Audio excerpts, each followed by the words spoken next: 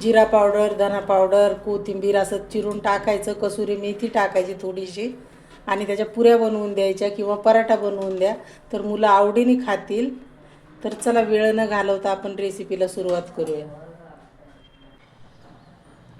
नमस्कार मंडळी. तर बघा, ही चंदन बटव्याची भाजी आहे आणि मी हिला चांगली तोडून घेतली, आता निवडून घेतली. आता हिला स्वच्छ 2-3 पाण्याने धुवून त्याला बारीक चिरून घेते. तर बघा, ही भाजी मस्त धुवून घेतली 2-3 पाण्याने स्वच्छ. आता हिला कुकरमध्ये टाकते.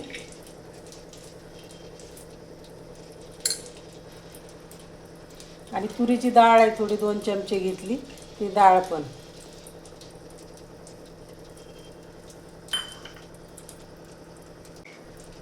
एक वाटी पाणी टाकलं आहे आता याच्यात आणि याला झाकण लावून चांगल्या 2-3 शिट्ट्या करून घेते. तर बघा, इथं मी 7-8 हिरव्या मिरच्या घेतल्यात, लसूण आहे थोडा आणि कच्चे शेंगदाणे आहेत. मिरच्या तुमच्या आवडीप्रमाणे कमी जास्त करू शकता. तर ह्या तिखटवाल्या मिरच्या आहेत. ही भाजी थोडी झणझणीतच छान लागते. तर हिला मिक्सरमधून आबडधोबड काढून घेते. तर बघा, आता चेक करून घेते शिजली का भाजी. 1 वाटी पाणी टाकलं होतं तर मस्त मऊ शिजली. आता याला चांगलं घोटून घेते असं. ही भाजी एवढी गुणकारी चांगली आहे शरीरासाठी, कारण ही भाजी फक्त थंडीत हिवाळ्यातच मिळते.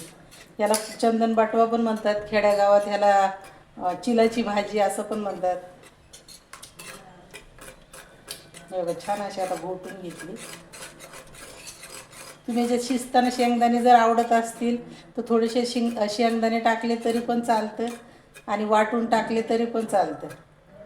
तर बघा, ही चांगली आता एकजीव झाली मस्त. तर बघा, आता इथं मी कढई तापायला ठेवली, याच्यात तेल टाकून घेते. तेल तुमच्या आवडीप्रमाणे कमी जास्त करू शकता.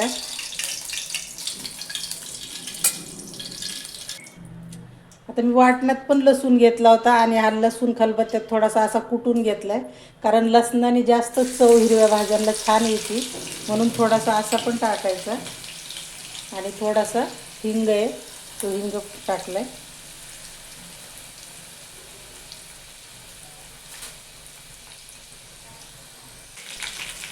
लसूण चांगला भाजला होता, याच्यात जिरं टाकलं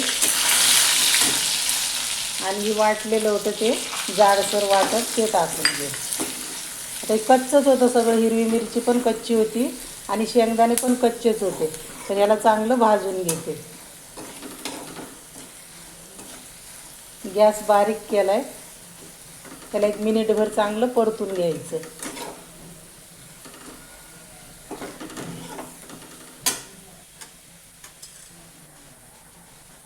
थोडीशी हळद टाकली.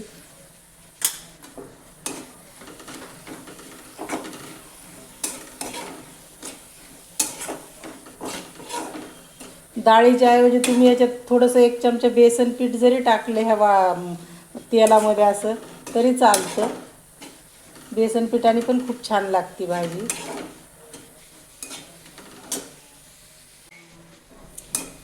तर बघा, मिनिटभर याला चांगलं परतून घेतलं आहे. आता ही शिजलेली भाजी याच्यात टाकू.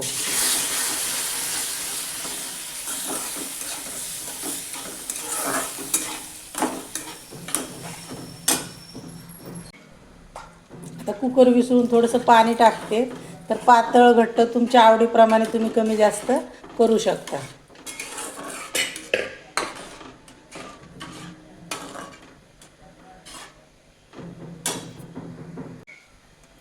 चवीपुरतं मीठ टाकून घेते आणि याला आता 1 उकळी काढून घेते. तर बघा, झाकण ठेवून याला 5 मिनटं चांगलं शिजवून घेतलं आहे. बघू, आता चेक करू आपण. मस्त शिजली छान भाजी. आणि ही थोडी पातळच ठेवायची, अशी जास्त एकदम घट्ट पण चांगली नाही लागत.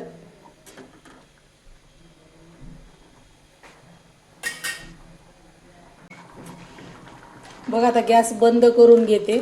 झाली ही भाजी मस्त. आणि ही चपातीच्या ऐवजी भाकरीसोबत खायला चवीला खूप छान लागते. चपातीसोबत पण खाल्ली तर चालते, पण भाकर असेल तर भाकरीसोबत मस्त लागते. तर कसा वाटला हा माझा व्हिडिओ नक्की कमेंट करून सांगा आणि आवडल्यास लाईक शेअर सबस्क्राईब नक्की करा. धन्यवाद.